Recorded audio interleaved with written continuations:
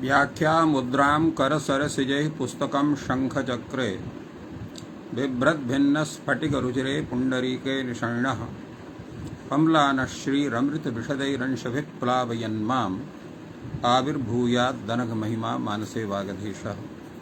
कृष्णाय वासुदेवाय हरये परमात्मने प्रणतक्लेशनाशाय गोविन्दाय नमो नमः।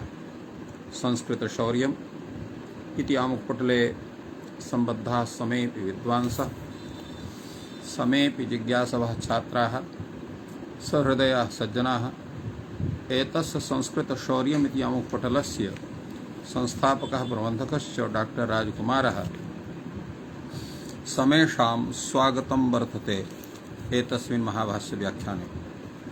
मान्याः, साम्प्रतं महाभाष्यस्य षष्ठाध्यायस्य तृतीयपादस्य विचारः चलति। अद्य वयम् एच एकाचों प्रत्ययवच्च कारे सत्यागदस्य रात्रेः कृति विभाषा न लोपो नयः एतेषां सूत्राणां विचारं वयं कुर्मः। एच इच एकाचों प्रत्ययवच्च इति सूत्रविषये काशिकाकारः कथयति यत् इजन्तस्य एकाचः खिदन्ते उत्तरपदे अमागमो भवति आम प्रत्ययवच्च द्वितीयैकवचनवच्च स भवति। अर्थात इजन्तः यः एकाच धातु तस्मात् खिदन्ते उत्तरपदे परे अत्र किं भवति? न क्षम्यतां, तत्र इजन्तः यः प्रातिपदिक विशेषः तस्मात् खिदन्ते उत्तरपदे अमागमो भवति तस्य आमवद् भावः भवति एवं द्वितीयैकवचनवच्च भावः भवति। एवं रूपेण एतत् सूत्रस्य तत्र तावत् अर्थः वर्तते। अत्र एकाचों प्रत्ययवच्च इत्यत्र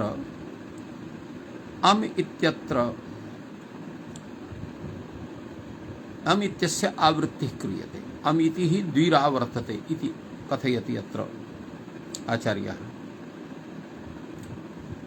तत्र गाम्मन्यः इति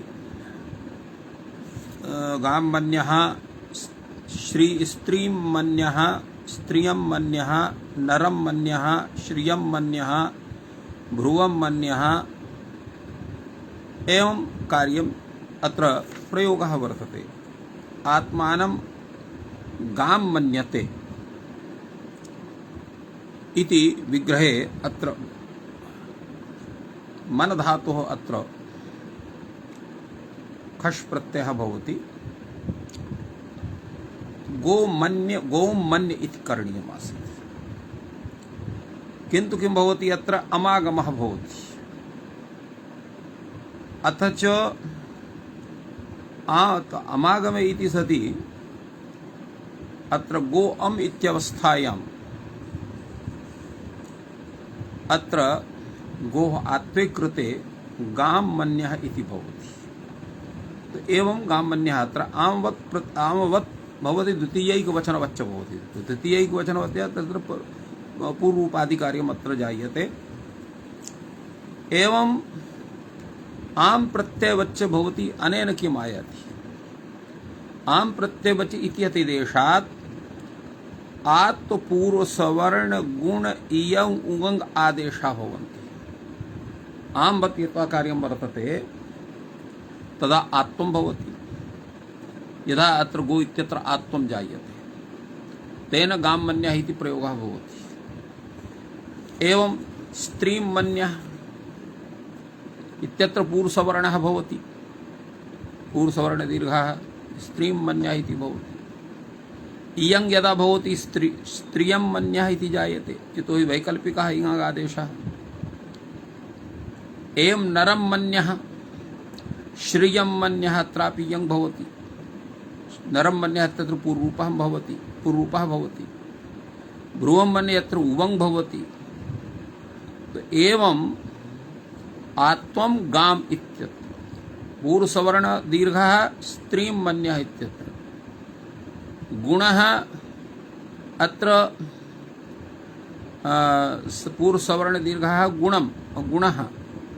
गुणः अत्र भवति। अत्र नृ इत्यत्र नरं मन्यः इति जायते नृ शब्दात् आत्मानं नरं मन्यते इति नरं मन्यः अत्र गुणः भवति।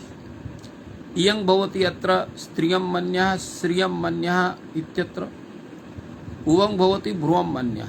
तो आम प्रत्ययवच्च इत्यति देशात् अत्र पूर्वसवर्ण दीर्घः गुणः आत्वं पूर्वसवर्ण दीर्घः इयं वङ इति आदेशः भवन्ति। एवं एतस्य स्वरूपं जायते।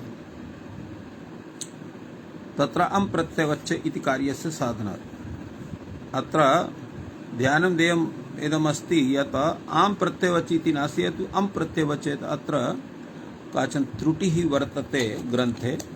तां त्रुटिम् अत्र शमयामि। यद् आम प्रत्ययवत् इति लेखः वर्तते, मन्ये टङ्कणदोषः अस्ति एतस्य। अम प्रत्ययवच्च इत्येव वर्तते, आम प्रत्ययवच्च इति नास्ति। अम प्रत्ययवच्च द्वितीयैकवचनच्च इति भवति। इच इति किम्? इजन्तं पूर्वपदं स्यात्। इच इति किम्? त्वं मन्यः। अत्र इजन्तं पूर्वपदं नास्ति। एकाच इति किम्? एकाच पूर्वपदं स्यात्। तो लेखाभ्रुं मन्यः, लेखाभ्रु इति तत्र अनेकाच वर्तते, अतः अत्रापि न भवति। अथ इह कथं भवितव्यं? श्रियम् आत्मानं ब्राह्मण कुलं मन्यते। अत्र कथं स्यात्? श्रियम् आत्मानं मन्यते अथवा श्रियं ब्राह्मण कुलं मन्यते। अत्र कथं स्यात्? उच्यते श्रियमन्यम् इति भवितव्यम् इति भाष्ये स्थितो। तेन भाष्यप्रामाण्यात् अत्र इयङ् आदेशे कृते सति श्रियं मन्यं या श्रियं मन्यः इति रूपं भवति। तमेदं भाष्यकारस्य दर्शनम् अत्र विषये परित्यक्तः स्वलिङ्गः श्रीशब्दः ब्राह्मणकुले वर्तते। श्रियम् इत्यस्य शब्दस्य अर्थः भवति ब्राह्मणकुलम्। अत्र श्रीशब्दः स्वं लिंगम परित्यज्य अत्र ब्राह्मण कुलस्य वाचकः भवति। अतएव अत्र काशिकाकारः कथयति अत्र विषये परित्यक्तस्वलिङ्गः श्रीशब्दः ब्राह्मण कुले वर्तते, तेन पुल्लिङ्गः नपुंसकलिङ्गः भवति। एवं वक्तव्यम्। यथा पृष्ठादयः स्त्रियां, यथा पृष्ठादयः शब्दाः स्त्रियां वर्तन्ते, तदा तत्र समोर्नपुंसकात् इति अमः लुक् भवति। तेन तेषां तादृशं स्वरूपं सिद्ध्यति इति अत्र प्रतिपादितवान् काशिकाकारः। अधुना वयं तावत् भाष्यदृष्ट्या एतत् सूत्रं विचारयामः। भाष्यकारः कथयति अमः प्रत्ययवदनुदेशे किं प्रयोजनम्? यतोहि अम प्रत्ययवच् एकाचः अम भवति, अम च प्रत्ययवत् भवति इति रूप अत्र अम इत्यस्य आवृत्तिः क्रियते, तेन कार्यद्वयं क्रियते। अम इति आगमोऽपि वर्तते, अम प्रत्ययवच्च कार्यं भवति इति कार्यद्वयं जायते। तो प्रत्ययवत् इति अतिदेशे एतस्य प्रयोजनं किम् अस्ति? उच्यते अमः प्रत्ययवदनुदेशे प्रयोजनम् आत्वं पूर्वसवर्णः गुणः इयं उवं इत्येते आदेशाः। अत्र प्रतिपादयति भाष्यकारोऽपि अमः प्रत्ययवदनुदेशे आत्वपूर्वसवर्ण गुणे इयं उवङ्गादेशाः प्रयोजनम् आत्वं प्रयोजनं गां मन्यः, पूर्वसवर्णः प्रयोजनं स्त्रीं मन्यः, गुणः प्रयोजनं नरं मन्यः एवं यङ्गौ प्रयोजनं स्त्रियं मन्यः भुवं मन्यः श्रियं मन्यः अमाप्रत्यवनुदेशे आत्मपूर्वसवर्णा प्रसिद्धि अप्रथमात्वात् उच्यते। अमः प्रत्यवनुदेशे आत्मपूर्वसवर्णयोः अप्रसिद्धि। कथम अप्रसिद्धि? अप्रथमात्वात्। अत्र प्रथमात्वं नास्ति। प्रथमयोः पूर्वसवर्णः इति पूर्वसवर्णः भवति, आत्ममपि तथा क्रियते। अत्र अप्रथमात्वात् न भवति। तदा उच्यते प्रथमयोरित्युच्यते, न चात्र प्रथमां पश्यामः। प्रथमयो इत्युच्यते, अत्र प्रथमां न पश्यामः। कथम् अत्र स्यात्? अत्र आं प्रत्यवचि इत्युक्ते द्वितीयैकवचनत्वम् अत्र ज्ञायते। तदा उच्यते किंच भोः आत्मं प्रथमयोः इत्युच्यते। आत्मं प्रथमयोः अर्थात् प्रथमयोः उच्यते, अन्यस्य न उच्यते। न खलु प्रथमयोः इत्युच्यते, प्रथमयोः इति विज्ञायते।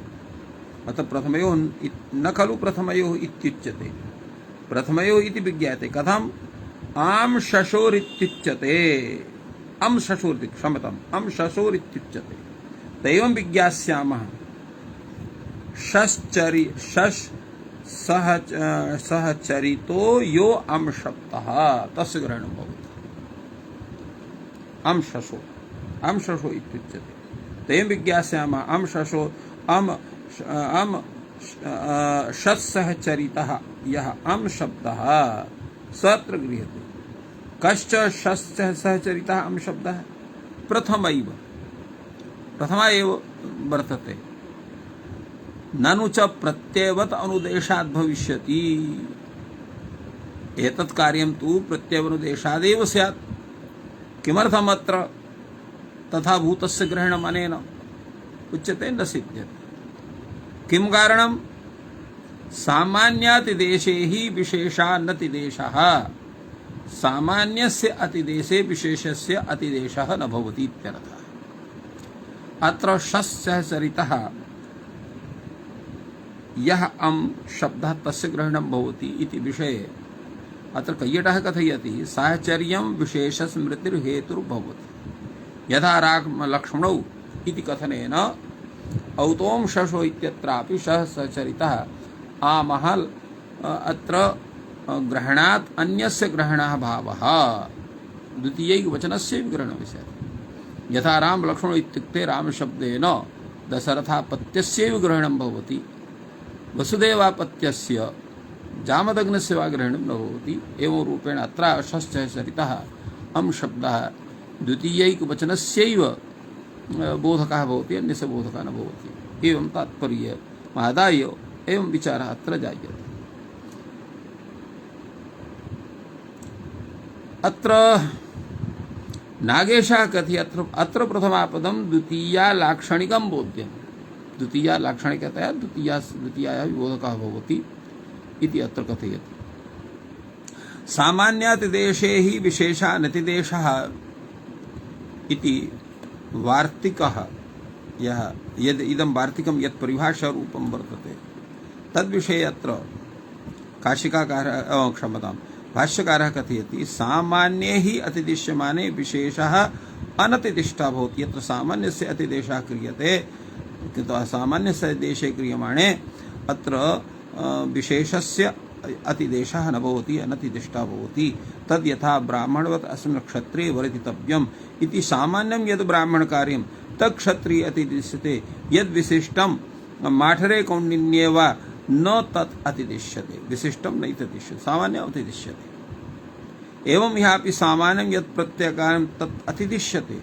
यद् विशिष्टं द्वितीयैकवचने भवति यद् मुख्यं कार्यं तद् न भवति। प्रथमयो पूर्वसवर्ण इत्यादि रूपं तेन तस्य अतिदेशः न भवितुमर्हति, न तत् अतिदिश्यते।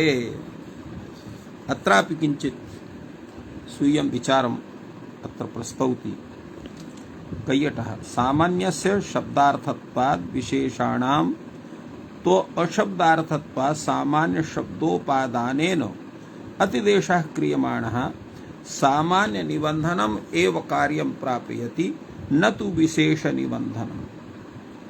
विशेष शब्दाश्रयेण तु अतिदेशे क्रियमाणे तस्मिन् विशेषे यत् कार्यं सामान्य निबंधन विशेष निबंधन तत्सर्वम् अतिदिश्यते। आत्व यथा आत्वं पूर्वसवर्णे दीर्घः अत्र यथा भवति तद्वत् गुणस्यापि अत्र असिद्धिर्वक्तव्यः भवति यतोहि तत्रापि तदपि न क्रियते नरं मन्यते तत्र गुणः भवति। तो अत्र एतानि कार्याणि अत्र न भवन्ति तानि कार्याणि यतोहि विशेषोद्देश्यकानि वर्तन्ते इति अत्र प्रश्नः सञ्जातः। तदा उच्यते सिद्धं तु द्वितीयैकवचनवत् वचनात् अर्थात अत्र अतिदेशद्वयं क्रियते अम् प्रत्ययवद्भावः अथ च अमि द्वितीयैकवचनवद्भावः तेन सर्वं सिद्ध्यति। कथं द्वितीयैकवचनवद्वचनात् द्वितीयैकवचनवद् भवति इति वक्तव्यम् तेन अत्र न दोषः भवति।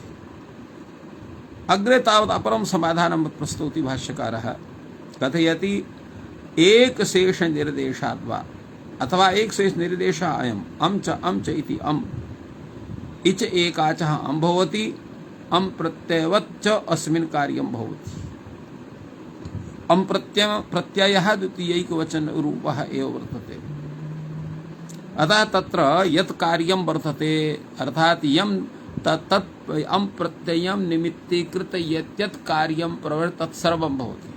किंच तत्कार्यं प्रथमे पुरुषवर्णे दीर्घकार्यं गुणकार्यं आत्मकार्यम् एतानि सर्वाणि कार्याणि भवन्ति। यद्यपि सह विवक्षायाम् एक शेषः अत्र च तत्र एक सह विवक्षा नास्ति कथम् अत्र एक शेषः स्यात् इति प्रश्नः जायते। एवम् अमागमस्य विषये विधेयत्वात्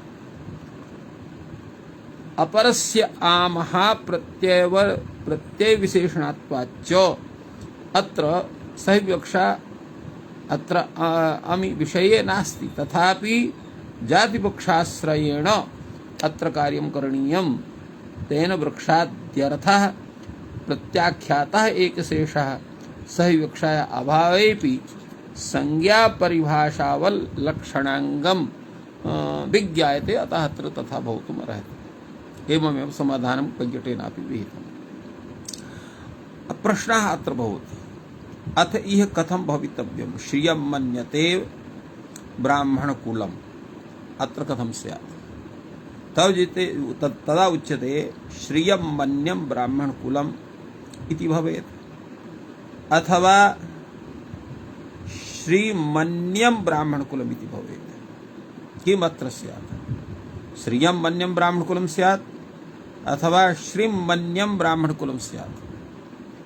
कथं भूतः प्रयोगः अत्र भवेत् इति प्रश्नः भगवता भाष्यकार माध्यमेन अत्र अयं प्रश्नः अत्र वर्तते। भाष्यकारः कथयति श्रियं मन्यमित्येव भवितव्यम्। प्रश्नः भवति कथम् एवं रूपं स्यात् समोर् नपुंसकात् इति लुक्कसमान् न भवति। श्रियम् इत्यत्र यतो हि अत्र श्री शब्दः ब्राह्मणकुलवाचकत्वात् अत्र नपुंसकलिङ्गः भवति। यदा अं प्रत्ययवत् क्रियते ततो समोर् नपुंसकात् इत्यनेन अमित्यस्य लोपः स्यात् तो लुक्कसमान् न भवति। तदा उच्यते न प्राप्ते लुकि अम् आरभ्यते अर्थात् अत्र लुकः अवश्य प्राप्तौ लुकि अवश्य प्राप्तौ अत्र अम् आरभ्यते अतः लुकः बाधकः भवति। स यथैव सुको धातु प्रातिपदिकोः इत्येतं बाधते एवमेव समोर्नपुंसकात् इत्येतमपि लुकं बाधेत अतः अत्र दोषः न भवति इति समाहितवान् भाष्यकारः। अत्र किंचित् वदति कैयटोपि वदति नागेशोपि वदति उभयोः ग्रन्थयोः विचारः अत्र करणीयः। न प्राप्त लुकि इति प्रतीकमादाय अत्र कैयटः कथयति अमागमः अं प्रत्ययवत् इत्यतिदेशात् कार्याणि आत्मविनाशं वर्जयित्वा प्रतिपद्यते। अमागमः अं प्रत्ययवत् इत्यतिदेशात् कार्याणि आत्म तो कार्याणि यानि कार्याणि अत्र प्रवर्तन्ते तानि अत्र आत्म विनाशम वर्जयित्वा प्रतिपद्यते अमागमः। विधान सामर्थ्यात् ही लुकम न प्रतिपद्यते, अर्थात तस्य लुक न भवति। यथा परिधृग्यूपो भवति इति यूपकार्याणि तत्क्षणं विहाय परिधौ क्रियन्ते। अतष्टाः परिधयो भवन्ति इति वचनात् तक्षणे परिधित्वहानि प्रसंगात् एवं रूपेण कैयटस्य प्रतिपादनं वर्तते। अत्र नागेशः अमागम इति इत्येव प्रतीकमादाय अत्र कथयति आम प्रत्ययो हि लुप्तः सन न गुणादि निमित्तं भवति। अर्थात लोपः चेत अम प्रत्ययस्य स्यात् तर्हि अत्र न तु गुणः स्यात्, न तु अत्र वृद्धिः स्यात्, न तु पूर्वसवर्ण न तु आत्वं स्यात्, न तु पूर्वसवर्ण दीर्घः स्यात्। एवं रूपेण अत्र दोषः वर्तते। एवं अतिदेशेन अयमपि तन्निमित्तं न स्यात्। एवं अतिदेशेन तद् यतो हि अभावात् तदेव निमित्तं न स्यात्। एवञ्च विधानमेव व्यर्थं स्यात् एतस्य। अतः लुकं न प्रतिपद्यते, तस्य लुक न भवति। अत्र आत्मविनाशं वर्जयित्वा प्रतिपद्यते एतस्य किं तात्पर्यम् उच्यते। आत्मविनाशं वर्जयित्वा इत्यस्य तदभावे इत्यर्थः। अर्थात अमः अभावे प्रतिलक्षणं लक्ष्यं लक्षण भेदात् एतद विषयक आगम विधान सामर्थ्यात् नपुंसक लुकोपि बाधा इत्यर्थः। अर्थात नपुंसक लुकः इत्यस्यापि बाधा भवति। ननु अस्य आमः इजन्तस्य उत्तर पद परत्व संपत्तये समास संज्ञा प्रति प्रातिपदिक संज्ञोत्तरं प्रवृत्त्या प्रातिपदिकावयवत्वाभावात् कथम अत्र सुपो धातु इत्यस्य प्राप्तिः उच्यते। अतएव इत्थं भूतलक्षणे इति सूत्रे कमण्डलुपाणिमित्यादि समासावयवात् लक्षणवाचकात् कमण्डल शब्दात् तृतीया प्राप्नोति इति भाष्यकारः तत्र शंकितवान् कथितवान्।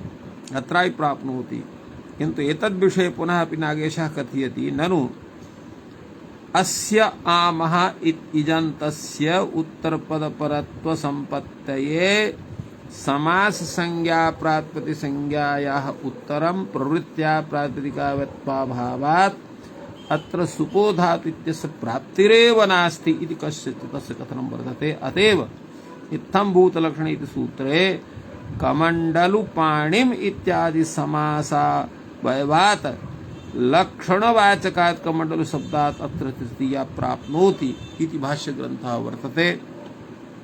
तं भाष्यग्रन्थम् उपादाय न च लुकासिद्धिः तस्याः कृते समासे उत्पादेन समास प्रातिपदिकानवयवत्वात् तद् अप्राप्तेः इति कैयटेन तत्र उक्तम् इति एवं रूपेण तत्र तथा भूतः प्रश्न आगतः। तद्विषये समाधानमपि जातमासीत् यत् प्रातिपदिकयोर् रित्येवं बाधते। अर्थात् सुपः इत्यनेन तु न भवति, सुपो धातु प्रातिपदिकयोः, तो धातु प्रातिपदिको इत्यत्र यत् कथनं वर्तते तद्बाधकं भवति। एवं पश्चात् उत्पन्नस्तदवनयत्वबोधनद्वारा इति शेषपूरणेन अत्र दोषः न जायते। तो इत्येतमपि इत्यस्य तत्रार्थवतः एव अम प्रत्ययस्य ग्रहणम् इत्यर्थबोधनद्वारा इति शेषः। सिद्धान्तस्य तु येन प्राप्ति न्यायेन भाष्ये अववादन्यायेन च सुबोधात् इत्यस्य अप्रवृत्ति निमित्तार्थ ज्ञापकता इत्याशयः इति कैयटस्य मतानुयायिनः एवं रूपेण एतस्य विषये प्रतिपादयन्ति। एतद् भाष्य विरोधात् तस्य कैयटस्य तत्र चिन्त्यता उक्ता, अर्थात् कैयट ग्रन्थः तत्र चिन्त्यं भवति एवं रूपेण अत्र कथनं वर्तते नागेशस्य। अतएव यह प्रश्नः भाष्यकारेण उत्थापितः यः समूर्नपुंसकात् इत्येतमपि लुकं बाधेत् तदा उच्यते लुकं न बाधते। किं कारणं? येन न प्राप्ति तस्य बाधनं भवति इत्यस्यैव परिभाषा ग्रन्थस्य अत्र बाधनं भवति। न च प्राप्ते सुबोधात् प्रद इत्येतस्मिन् एतत् आरभ्यते। तो अप्राप्ते न च अप्राप्ते सुबोधात् इत्येतस्मिन् एतत् आरभ्यते। कश्चन प्रश्नं विदधाति। तदा उच्यते सवर्णोपनिषद इत्येतस्मिन् पुनः प्राप्ते च अप्राप्ते च। तो येन न प्राप्ति तस्य बाधनं भवति कदा? न च अप्राप्ते सुबोधात् इत्येतस्मिन् एतत् आरभ्यते सवर्णोपनिषद इत्येतस्मिन्। तदा उच्यते सवर्णोपनिषद इत्येतस्मिन् पुनः प्राप्तेऽपि भवति अप्राप्ते भवति। अथवा मध्ये बाधा पूर्वान् विधीन् बाधन्ते नोत्तरान् इत्येव अयम् अमागमः भवति। सुबोधात् प्राप्ते इत्येतं तु बाधते, स्वमूर्नपुंसकात् इत्येतत् न बाधते इति कथनस्य आशयः। तदा उच्यते एवं तर्हि असिद्धं बहिरङ्गमन्तरङ्गे इति असिद्धत्वात् बहिरङ्ग लक्षणस्य अमः अन्तरङ्गलक्षणः लुक न भविष्यति। अनया सिद्धं बहिरङ्गमन्तरङ्गे इति परिभाषितत्वात् बहिरङ्गलक्षणस्य अमः अन्तरङ्गलक्षणः लुक तत्र बाधकः न भवति। तदा उच्यते नैषा परिभाषा इह उत्तरपदाधिकारे शक्या विज्ञातुम्। इयं परिभाषा उत्तरपदाधिकारे अत्र विज्ञातुं न शक्या। तर्हि को दोषः अत्र चेत् ज्ञापिता एषा परिभाषा स्यात्? उच्यते हि दोषः स्यात् द्विषन्तपः परन्तपः अत्र दोषः स्यात्। तस्मात् श्रियं मन्यम् इत्येव भवितव्यं, न तु श्रियं मन्यम् इति भवितव्यम् इत्येव रूपेण अत्र एतस्य महान् विचारः अत्र कृतः वर्तते। अग्रे तावत् सूत्रं वर्तते कारे सत्यागतस्य। कारे सत्यागतस्य एतत्सूत्रस्य व्याख्यानविषये अत्र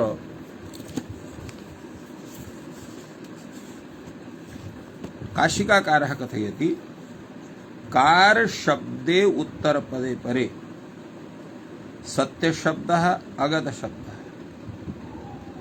ये अनयोः सत्य अगदयोः मुमागमः भवति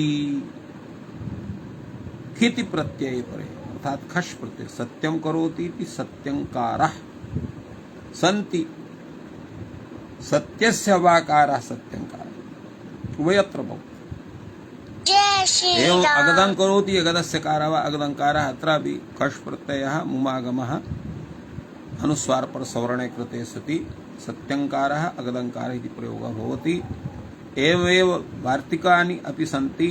यथा प्रथमं वार्तिकम् अस्तु सत्यागतस्य कार इति वक्तव्यम्। अस्तु पूर्वपदे, सत्य पूर्वपदे, अगद पूर्वपदे, कारे उत्तरपदे परे अत्र खश प्रत्ययः भवति, मुमागमश्च भवति। तेन अस्तुंकारः अगदंकारः सत्यंकारः इत्येवं भूताः एते प्रयोगाः सिद्धाः स्युः। भक्षस्य छन्दसि कारे मुं वक्तव्यः। यत्र भक्ष शब्दः तत्र छन्दसि विषये कारे शब्दे मुं आगमः वक्तव्यः। भक्षं करोति इति भक्षंकारः, भक्षस्य वा कारः भक्षंकारः। अत्र विग्रहद्वयम् अत्र दर्शितम्। भक्षं करोति इति विग्रहे भक्ष उपपदात् क्री धातोः अस्य अण् प्रत्यये उत्पत्तिम् इत्यनेन अत्र समासाधिकारे सति अत्र भक्ष कार इत्यवस्थायाम् अथवा भक्षस्य कारः इत्यवस्थायाम् अत्र मुमागमः भवति। तेन अनुसारे परसवर्णे च कृते सति भक्षंकारः छन्दसि इति किं भक्षकारः। यतो छन्दसि तत् सर्वत्र न भवति इति कृत्वा लोके भक्षं करोति इति भक्षकारः अथवा भक्षस्य कारः भक्षकारः इत्येव स्यात्। धेनोर्भव्यायां मुं वक्तव्यः। धेनोर्भव्यां, भव्य इति उत्तरपदे परे अत्र धेनु शब्दात् तत्र मुमागमः भवति भव्ये उत्तरपदे परे। भवेत् उत्तरपदे मुमागमे सति धेनुं भव्या इति रूपं जायते। एवं लोकस्य प्रेणे मुं वक्तव्यः। लोकं प्रणः, अत्रापि लोक शब्दस्य मुम् इति आगमः अत्र पुणे शब्दे परे। इत्येनभ्यासस्य मुं वक्तव्यः। अनभ्यास शब्दस्य अनभ्यासस्य मुं वक्तव्यः। किं परे? इत्ये इति शब्दे परे। आत्मानम् अनभ्यासम् इच्छति इति विग्रहे अत्र अनभ्यासम् इति पूर्वकात् अत्र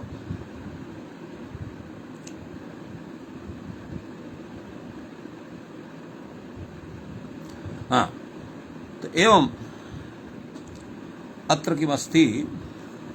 अनभ्यास आत्मानम् अनभ्यासम् इच्छति इति विग्रहे अत्र किं भवति? यत् एतिस्तु शासु इति सूत्रेण अत्र इण् धातोः अत्र क्यप् प्रत्ययः, तेन इत्य इति भवति। तेन एतव्यम् इत्यम्, अतएव अग्नि अनभ्यासमित्यः इति भवति। इत्यः अनभ्यासं दूरं, दूरत अनभ्यासम् इतः दूरतः परिहर्तव्यः इत्यर्थः। इत्यस्य तात्पर्यं भवति भ्राष्ट्राग्न्यो रिन्धे मुं वक्तव्यः। भ्राष्ट्र शब्दात् अग्नि शब्दात् अत्र इन्धे शब्दे परे मुमागमः भवति। भ्राष्ट्रमिन्धः अग्निमिन्धः। एवं गिले अगिलस्य मुं वक्तव्यः। गिल शब्दे परे अगिल शब्दे परे अत्र मुमागमः भवति, मुं वक्तव्यः। तिमिङ्गिलः अगिलस्येति किं? गिलगिलः। गिले अगिलस्य, गिल शब्दे परे भवति, किन्तु अगिल शब्दे अगिलस्य परे न भवति। गिलस्य गिलभिन्नस्य परे तिमिङ्गिलः इत्यत्र तु भवति, गिलगिलः इत्यत्र न भवति। गिल शब्दात् गिल शब्दे परे मुमागमः न भवति। गिलगिले चेति वक्तव्यम्। तिमिङ्गिल गिलः इति भवति। उष्ण भद्रयोः करणे मुं वक्तव्यः। उष्ण शब्द पूर्वपदात्, भद्र शब्द पूर्वपदात् अत्र प्री शब्दे खश प्रत्ययान्ते परे अत्र मुमागमः भवति। तेन उष्णं करं भद्रं करम् इति प्रयोगद्वयं सिद्ध्यति। अग्रे तावद् वार्तिकं वर्तते। सूतोग्रराजभोजमेर्वित्येतेभ्यः उत्तरस्य द्वित्रिशब्दस्य उत्तरडादेशो वा वक्तव्यः। अत्र सूत उग्र राज भोज मेर, अत्र सूत शब्दात् उत्तरपदे अत्र सूत शब्दात् अत्र पुत्र शब्दे द्वित्रि शब्दे एवं अत्र उत्तरपदे परेपि अत्र तथा आत्मानं कुर्वन्ति। अत्र किं भवति? यद सूतपुत्री सूतदुहित्री उग्रपुत्री उग्रदुहिता राजपुत्री राजदुहिता भोजपुत्री भोजदुहिता मेरुपुत्री मेरुदुहिता। अत्र सर्वत्र मेरु शब्दे परे तो एवं अत्र काचन विप्रतिपत्तिरागतः तद्विषये अत्र उच्यते यत् पुत्र आदेशः विकल्पे न भवति। कस्य भवति? पुत्राणात् द्वित्रि शब्दस्य। सूतपुत्री अर्थात् सूतदुहिता, उग्रपुत्री उग्रदुहिता, राजपुत्री राजदुहिता, भोजपुत्री भोजदुहिता, मेरुपुत्री मेरुदुहिता। अत्र द्वित्रि शब्दस्य पुत्रड आदेशः डित्वा तत्र ङि भवति। तेन पुत्री इति शब्दः अत्र जायते। अन्यत्रापि दृश्यते शैलपुत्री इत्यत्रापि शैलस्य अत्र शैलपुत्री इति वर्तते। एवं एतस्य सूत्रस्य विषये काशिका ग्रन्थे विचारः समागतः। अधुना वयं पश्यामः भाष्यग्रन्थ। भाष्यकारः अत्र किं कथयति? भाष्यकारः कथयति अस्तु सत्यागदस्य कारौ उपसंख्यानम्। अस्तु शब्दः सत्य शब्दः अगद शब्दः एवं एतेभ्यः शब्देभ्यः कारे इति उत्तरपदे परे अत्र मुमागमः भवति। अस्तु करोति अस्तुं कारः, सत्यं करोति सत्यं कारः, अगदं करोति अगदं कारः। अत्र सर्वत्र अनेन सूत्रेण अत्र मुमागमे सति एते प्रयोगाः भवन्ति। भक्षस्य छन्दसि, भक्ष शब्दस्यापि छन्दसि उपसंज्ञान अर्थात् मुमागमः भवति अत्र कार शब्द उत्तरपदे। तो तस्ते भक्षंकारस्य छन्दसि इति किं भक्षकारस्य तन्मतमिति अत्र मुमागमः लोकेन भवति। धेनोर्भव्यायां धेनु शब्दापि मुं भवति कार्य तत्र भव्य शब्द उत्तरपदे धेनोर्भव्यायाम् उपसंज्ञानं कर्तव्यं धेनुं भव्या। धेनुभव्या शब्देन अत्र भविष्यन्ति धेनुः उच्यते। भव्यगे इति सूत्रेण अत्र कृत्य प्रत्ययः वर्तते। अग्रे तावत् वार्तिकं भवति लोकस्य प्रीणे। तो लोक शब्दात् प्रीण इति उत्तरपदे परे रहते परे अत्र लोक शब्दस्य मुमागमः अमागमः भवति लोकं प्रणस्य धन्विना इति भवति। एवं इत्येनभ्यासस्य अनभ्यास अनभ्यास शब्दात् इत्ये शब्दे परे अत्रापि किं भवति मुमागमः अमागमः भवति। तो अनभ्यासं दूरम् इति इत्यम् अस्य इति रूपेण समासः अर्थः भवति दूरात् परिहर्तव्यः इत्यर्थः। तेन प्रयोगः सिद्ध्यति अनभ्यासमित्यम्। भ्राष्ट्राग्न्यो रिन्धे भ्राष्ट्र शब्दात् एवं अग्नि शब्दात् इंधे शब्दे परे अत्रापि मुमागमः भवति। भ्राष्ट्रमिन्धः अग्निमिन्धः इति भवति। गिले गिलस्य गिले अगिलस्योपसंख्यानं कर्तव्यं। तिमिङ्गिलः अगिलस्य इति किं गिलगिलः अत्र अगिलस्य वर्तते अतः तेन समासः न क्रियते। इत्थम् अग्रे तावत् उच्यते उष्णभद्रयोः करणे। उष्ण शब्दे भद्र शब्दे भद्र शब्दयोः मुमागमः अमागमः भवति। करणे शब्दे परे उष्णं करणं भद्रं करणम् इति भवति। सूतोग्रराज भोज कुल मेरुभ्यो दुहितुः पुत्रड्वा अर्थात सूत शब्द अत्र उग्र राज भोज कुल मेरु।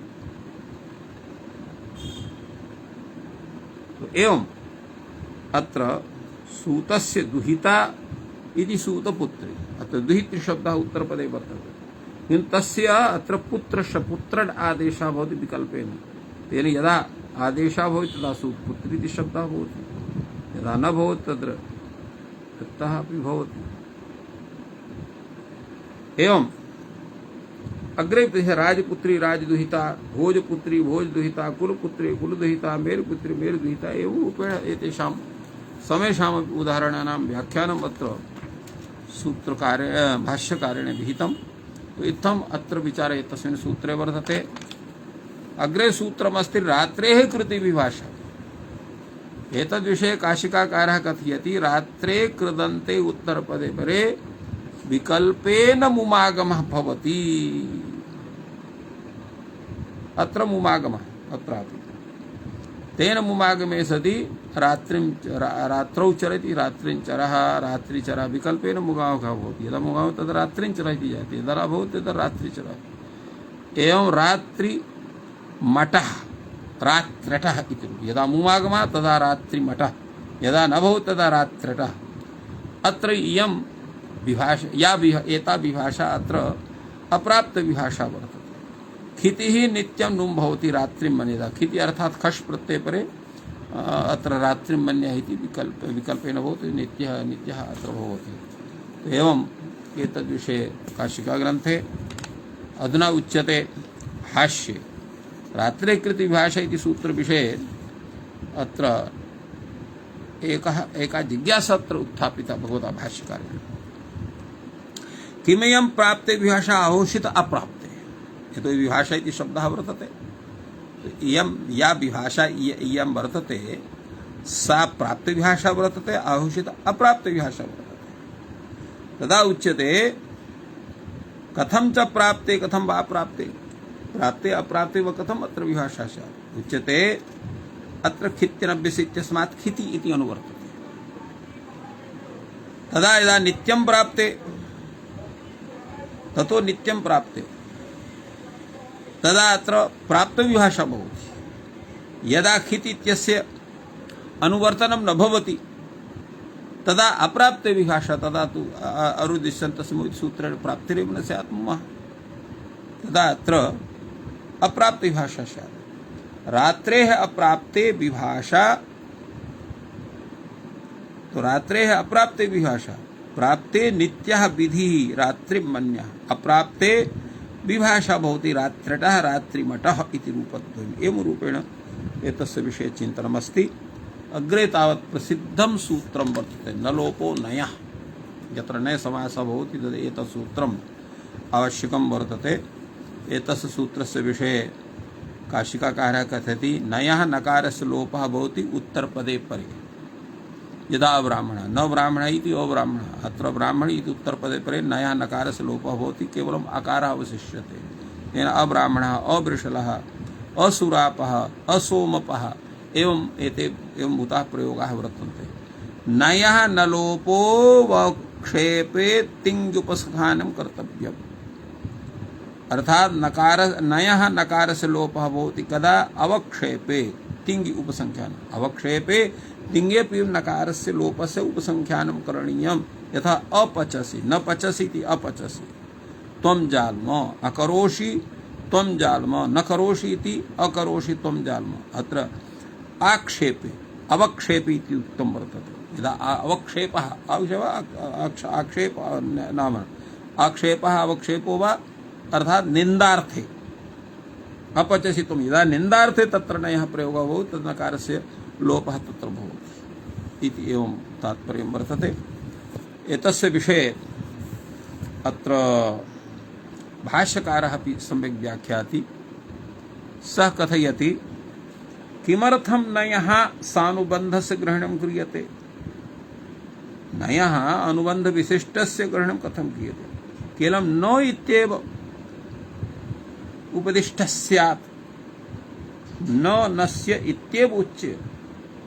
तदा उच्यते नस्य इत्युच्यमाने कर्णपुत्रः पर्णपुत्रः इत्यत्रापि कर्णघटकः यः नकारः पर्णघटकः यः नकारः तत्रापि लोपः स्यात्। उच्यते नैषदोषः। कथमिति, यतोहि एका परिभाषा वर्तते अर्थग्रहणे नानर्थकस्य ग्रहणम्।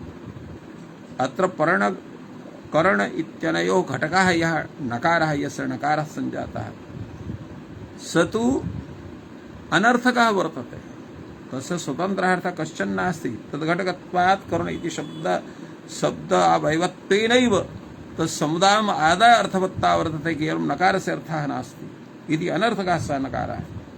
किन्तु नयः अत्र यः नकारः वर्तते स अर्थवान् वर्तते। अर्थग्रहणे नानर्थग्रहणे इत्यनेन अत्र नयः ग्रहणम् अत्र न स्यात् अनया परिभाषया। एतदर्थम् अत्र नयः इति सानुबन्धकस्य ग्रहणम् अत्र कृतं वर्तते। एवमपि प्रश्नपुत्रः विष्णुपुत्रः अत्र यः नकारः स तु अर्थवान् वर्तते, यतोहि विषधातोः प्रषधातोः अत्र नङ् प्रत्ययः वर्तते। नङ् प्रत्ययः सु अर्थवान् भवति इति कृत्वा सः अर्थवान् वर्तते, तस्य ग्रहणम् अत्र भवितुमर्हति। अत्रापि प्राप्नोति। उच्यते नैषदोषः। अननुबन्धग्रहणे न सानुबन्धकस्य, यत्र अननुबन्धकस्य ग्रहणं तत्र सानुबन्धकस्य ग्रहणं न भवति। नङ् इत्यत्र सानुबन्धः वर्तते, अतः तस्य ग्रहणम् अत्र न भवति। एवमपि वामनपुत्रः पामानपुत्रेत्रा प्राप्नोति तस्मात् सानुबन्धकग्रहणं कर्तव्यम् सानुबन्धकस्यैव नस्य ग्रहणं येन तस्यैव ग्रहणं स्यात् अन्यस्य न स्यात्। तो एवं एतस्य विचारः अग्रे तावत् पुनः तदेव वार्तिकम् अत्र प्रस्तौति मुख्यतया यस्य स्मरणं काशिकग्रन्थेऽपि जातमासीत् नयः न लोपे अवक्षेपे तिङ् उपसंख्यान अवक्षेपे अर्थे यत्र तिङः प्रयोगः भवति तत्र यः नय प्रयुक्तः वर्तते तस्यापि नकारस्य लोपः भवति। नयः न लोपः न लोपे अवक्षेपे तिङ् उपसंख्यानं कर्तव्यम् अपचति वै त्वं जाल्म अकरोसि वै त्वं जाल्म। एवं रूपेण एवं भूतः विचारः अत्र सम्यक्तया दर्शितः भगवता भाष्यकारेण। संपूर्णः अपि अयं विचारः अतीव सूक्ष्मतया अत्र विहितः। अत्रैव विरम्यते। सर्वेभ्यो नमः। जयतु संस्कृतं, जयतु भारतम्।